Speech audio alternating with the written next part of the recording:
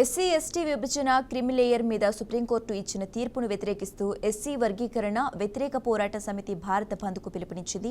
August 21వ తేదీన అన్ని ఎస్సీ ఎస్టీ సంఘాల తరపున భారత బంద్ నిర్వహిస్తున్నట్లు ఎస్సీ వర్గీకరణ వ్యతిరేక పోరాట సమితి కన్వీనర్ సర్వయ్య తెలిపారు.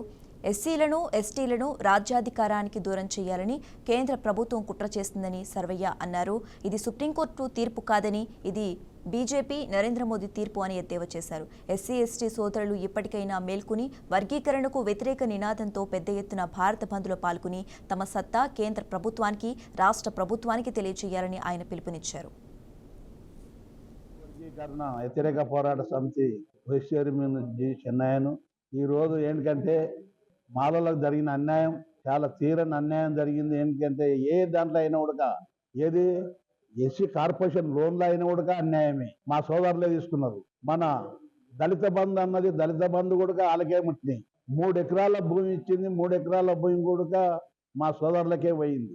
మన గురుకుల 1వ తారీఖు ఆగస్టు 2024 మన సుప్రీంకోర్టు ఇచ్చినటువంటి తీర్పు సందర్భంగా ఆ తీర్పులో మరి యావత్ భారతదేశంలో ఉన్నటువంటి దళిత సంఘాలు, దళితులు, ఆదివాసులు అందరూ కూడా వారు మనోభావాలని, ఆత్మగౌరవాన్ని దెబ్బతీసే విధంగా ఉన్నది.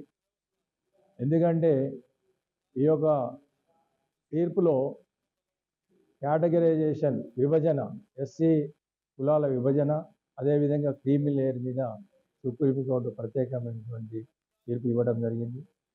దాంట్లో ఆ తీర్పులో అన్ని విషయాలు, అంటే ఈ షెడ్యూల్ కులాలకు సంబంధించినటువంటి విషయాలన్నీ కూడా పరిగణలోకి తీసుకోకుండా ఇంపార్టెంట్ విషయాలు దాన్ని తీర్పు ఇవ్వడం జరిగింది. ఇది పూర్తిగా రాజకీయ స్వార్థానికి సంబంధించినటువంటి తీర్పుగా భావిస్తూ